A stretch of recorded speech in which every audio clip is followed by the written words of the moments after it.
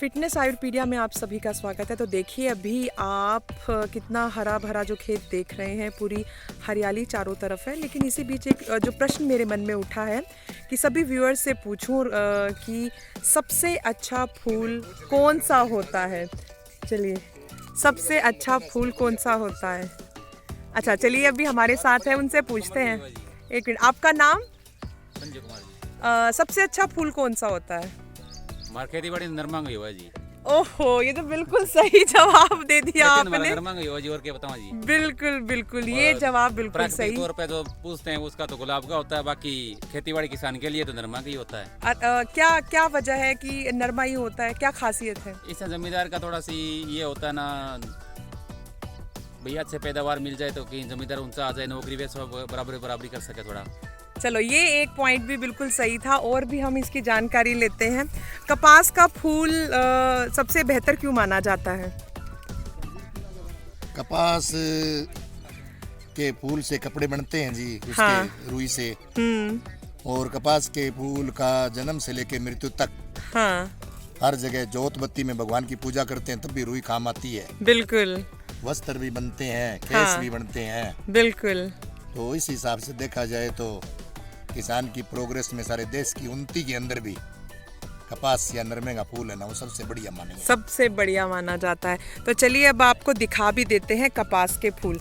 अक्सर हम क्या सोचते हैं कि गुलाब का फूल या और भी बहुत सारे फूल हैं, चमेली का फूल, लेकिन अगर हम देखें एक किसान के लिए, एक आम इंसान के लिए भी जो ये कपास का फूल है, ये सबसे बेहतर होता है।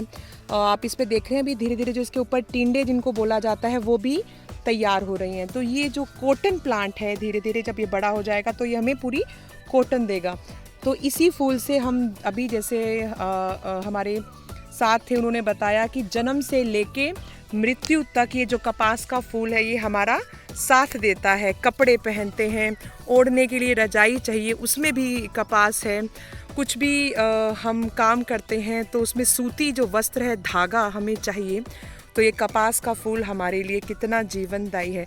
कुछ और पॉइंट्स भी हम पूछते हैं कि कपास का फूल सबसे बेहतर क्यों है। बहुत सारे लोग हमारे साथ हैं यहाँ पर। आप हमें बताएंगे कपास का फूल सबसे बेहतर क्यों है? देखो, कपास का फूल इसलिए बेहतर है क्योंकि उससे हमें जो रेशम प्राप्त होता है वो हमारे जन्म से लेकर, जब हमारे व्यक्ति का जन्म होता है उससे लेकर जितने भी हमारे कर्म कांड हैं, चाहे उसमें हम कोई हवन यज्ञ करना है, हम मोली बांधते हैं, वो भी कपास के जो है वो उससे बनती है। वस्त्र जो है हमारे को मतलब हम कहते हैं कि इज्जत जो है हमारे वस्त्रों से होती है, वो भी हमें जो है वो कपास से प्राप्त होती है। ठीक है। और इसके अलावा जब व्यक्ति की मृत्यु होती है उस दौरान भी कहते हैं कि हमें जो ना इसकी कपास की आवश्यकता पड़ती है।